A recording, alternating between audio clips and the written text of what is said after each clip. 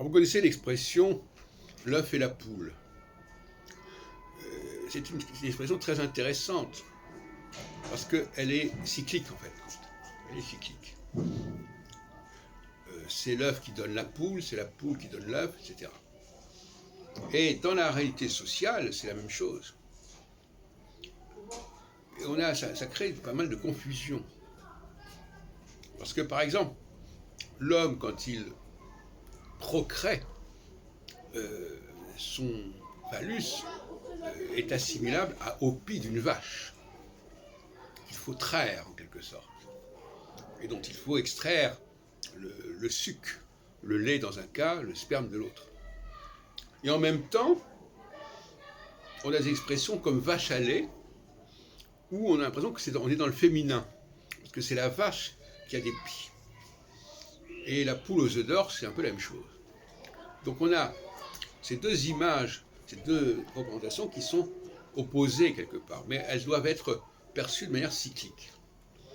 Et de la même manière, quand on pense aux relations entre employeur et employé, est-ce que c'est l'employeur qui vit aux dépens de l'employé, des employés, ou l'inverse? C'est aussi une question qui peut se poser. Un employeur qui a réussi dans ses affaires crée une entreprise qui va permettre d'embaucher pas mal de gens. Et donc ces gens-là vont profiter du succès de cet employeur. Et en même temps, cet employeur a besoin de ses employés. C'est sur ce sujet que je travaille. Et je crois qu'effectivement, l'homme, le mâle, notamment le génie, alors là aussi c'est intéressant, le génie par opposition à la génitrice, si vous voulez. Ce qu'avait bien compris d'ailleurs la fondatrice du MLF, Antoinette. Et